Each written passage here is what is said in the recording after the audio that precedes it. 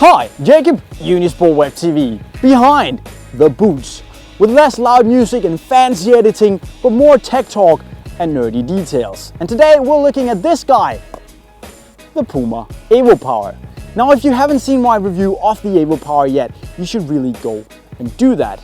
But otherwise, join me as we take a look behind the boots. Let's go. Now, as I mentioned in my review, the comfort and fit of the Puma evoPOWER is pretty good. And it's mainly thanks to the Light upper material, which is really soft and pliable and gives you a nice, snug and personal fit.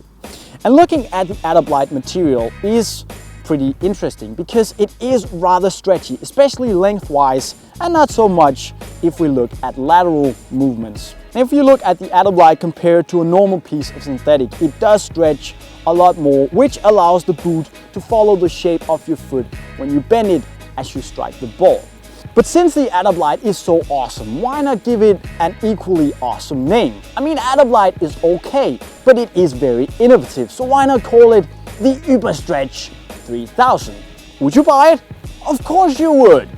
But Light is a pretty cool name, and the material is very, very nice. More of that, please, Puma.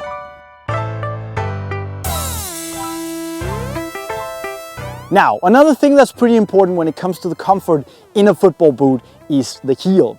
And on the Puma evoPOWER, they put a softer spot on the heel to remove the pressure on the Achilles. And it actually works pretty well, simply because there is no pressure whatsoever in unwanted places. And I haven't gotten a single blister at all, which is always positive in my book. But on the other hand, because there is this soft spot on the heel, there isn't the same amount of stability and lockdown that you would normally get in a football boot with a heel counter as high as this. It is a great idea with removing the pressure from the Achilles, but you have to be aware of this, and for me, it took a few matches getting used to. Luckily, it's not a deal breaker though.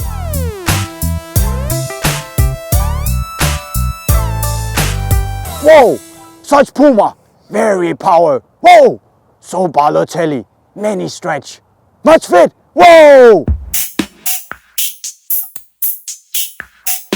Now, let's take a closer look at the outsole of the evoPOWER. Because the whole concept behind the evoPOWER is that in order to get the most powerful kick possible, your foot needs to be able to bend and move naturally. And in order to do that on the pitch, your football boot needs to be able to move along with your foot and bend naturally, just like your foot. And here, the gradual stability frame, or the GSF technology in the outsole, actually delivers quite well.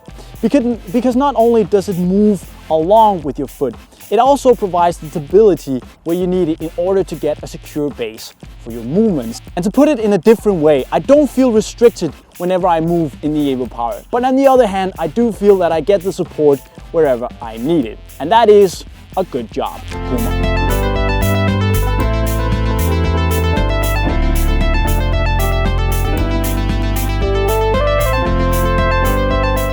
Now, if we look at the stud configuration on the evoPOWER, Puma decided to go with 4 conical studs and 7 bladed studs. And that gives you a nice, interesting combination between the maneuverability from the conical studs and the stability from the bladed studs. Because as we know, conical studs tend to move a bit more easily through the ground when you do turn on tight spaces, and it gives you a nice, smooth movement without restrictions. Now on the other hand, the bladed stud gives you a nice stability, simply because it has a larger surface area to distribute the pressure on, so it does give you a really smooth ride. Now one of the main features on the evoPOWER in regards to the stud pattern is the stability blade that sits right here, this guy. And it does help you quite a lot when you do cuts with the outside of your boot, simply because it provides a lot more grip than a conical stud would, to give you a nice bit of acceleration when you do cutting movements.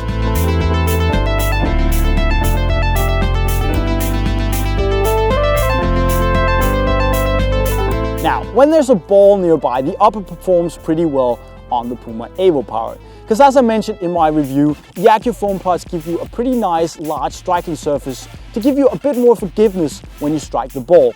And also the upper gives you a pretty precise feeling on the ball. It's still up to you though, and you're not gonna be the next Marco Reus or Cesc Fabregas or whoever plays in the evoPOWER just by putting these on.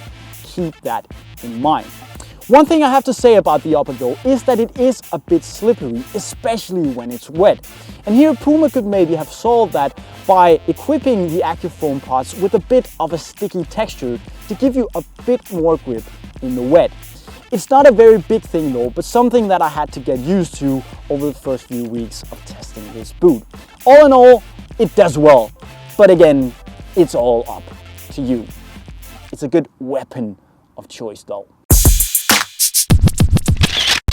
So, all in all, the evoPOWER does really well. It is an amazing boot and the fit and comfort is among the best out there at the moment. Now, thinking about it, this is actually the only true power boot left on the market. And considering it only weighs 206 grams, it does a really good job. Considering that this is a boot made to follow the natural flex of the foot, it does really well. And it actually feels like you're playing barefoot only with the support where you need it. And that is, to me, pretty awesome. Now, it might be a bit too wide for me, but other than that, I don't have many things to say negatively about this boot. But what do you think about the new evoPOWER? Please let me know in the comment section below. And other than that, we'll see you later on here in Unisport Web TV. I'm signing off. Cheerio.